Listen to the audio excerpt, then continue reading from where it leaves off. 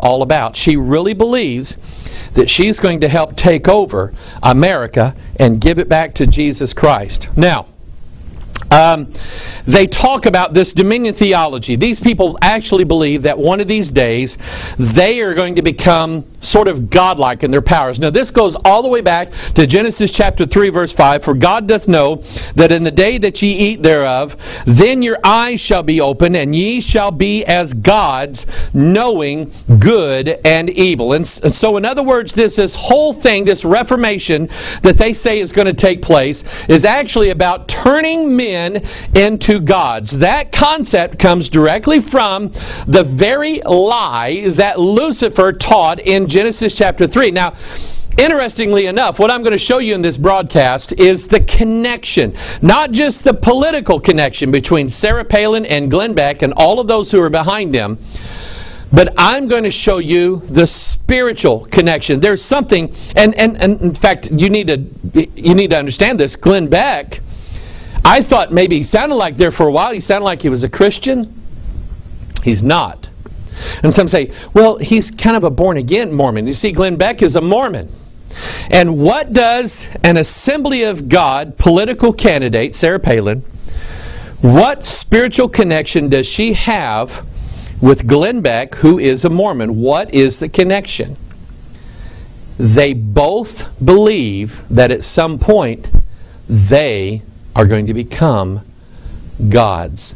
And this whole thing goes back to Genesis chapter 3. This is what Lucifer said. He said, then ye shall be as gods, knowing good and evil.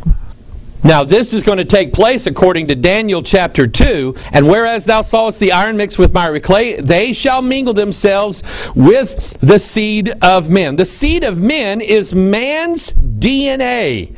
And here we have this whole concept of adding a third strand, which is the triple helix, to man's DNA in order to bring him to his next stage of evolution. Now I want you to get this. The they of Daniel chapter 2 is the fourth kingdom that shall come. Now, what we're going to show you in this broadcast is a lot of things about mentioning of a kingdom or a dominion. But it's not the kingdom of Jesus Christ. It is the kingdom of the Antichrist in the last days. And this last days kingdom, this fourth kingdom, and we have several videos on this. Jesus Christ DNA, the Holy Bible, the Mother of all Secrets, and Triple Helix. If you don't have those DVDs, call us, write us, send us smoke signals, and we'll get you those DVDs so that you can understand exactly what we're talking about here. But it's all this idea of this new breed and these gods that are going to take over the world and usher in the kingdom of the Antichrist in the last days. That is, believe it or not, that is the group that Sarah Palin is associated with. Whether or not she really holds these particular beliefs, we don't know. But listen to her talk. Listen to her speeches. And she right now is like the darling of everybody in the world that doesn't like Barack Obama and the administration and what Congress is doing right now. She's like the it girl for these people. And so I can just kind of understand that she would hold a very high place as far as who people want to run for president of the United States. And if she really is part of this ideology, then there is a goal behind it. Whether knowingly or unknowingly, we need to be careful about the spirit that is leading both Sarah Palin and Glenn Beck in these days. Now let's deal with Glenn Beck here for a minute. Glenn Beck, probably one of the most popular news shows that's on TV right now. The rally that he had, now this is the interesting part, the rally that he had in Washington, D.C. this week was called America's Divine Destiny. You see, Beck started talking all about his religion. The fact that he was I don't know that he actually come out and said that he was a Mormon. I read that, but I know that he is. But he talks about his faith, his spirituality, how his faith got him to where he is today, and how his faith does this and his faith does that. And he sounds like a very, very spiritual person. And everybody says, oh, Glenn Beck this and Glenn Beck that. But it's not just being spiritual. that makes you right with God. There are a lot of people that are spiritual. Witches are spiritual. Okay, New Agers are spiritual. Jezebel is spiritual. It's the kind of spirit that you're following. What spirit does Glenn Beck follow?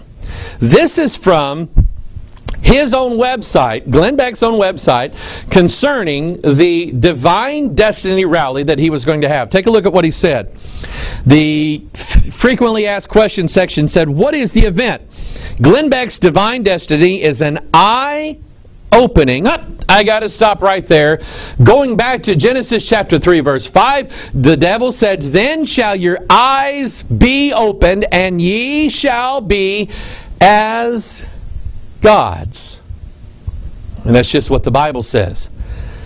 Glenn Beck's Divine Destiny is an eye-opening evening at the historic Kennedy Center in Washington, D.C. that will help heal your soul.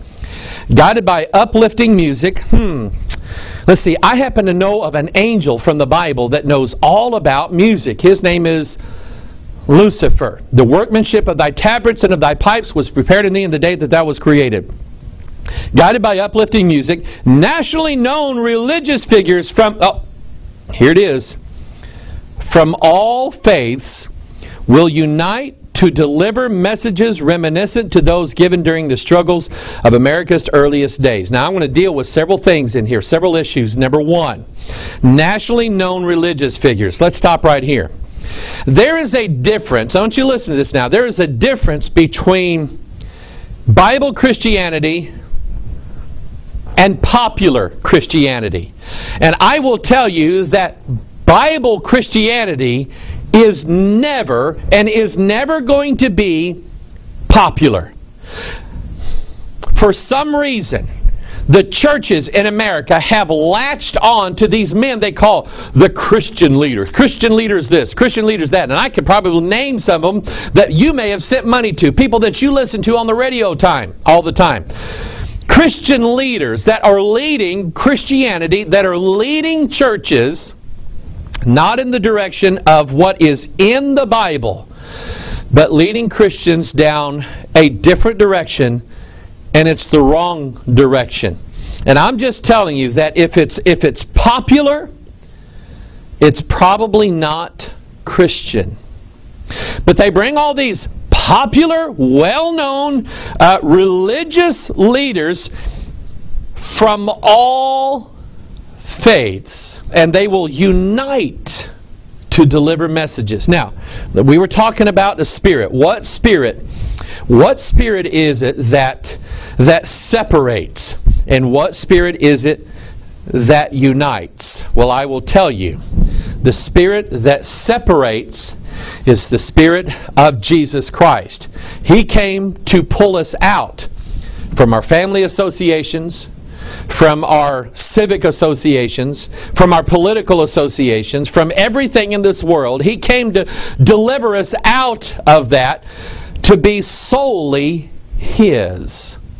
And sure, in John chapter 17, Christ prayed for the unification of His church, but that was His church. Those who accept His salvation by His grace through faith in His Word. So when you've got up on the stage, you've got Christian figures, and you've got Muslim figures, and you've got Jewish figures, and you've got and Mormons, that's not the same Spirit. And so the Spirit that led this divine destiny, America's divine destiny, wait till you see what Glenn Beck really means when he says America's divine destiny. Wait till you see what he really means by that. When they start talking about uniting and really, uniting everybody, I mean, let's just get honest, let's unite everybody against Barack Obama. Okay, now I personally am against Barack Obama, not as a man, not as anything else. I don't like his policies. I don't like the direction that he's taken the country. But I don't think that I have to join up with 800,000 people on the national mall. I don't think that I have to join up with them in order to stand in opposition to the President of the United States if I'm not popular.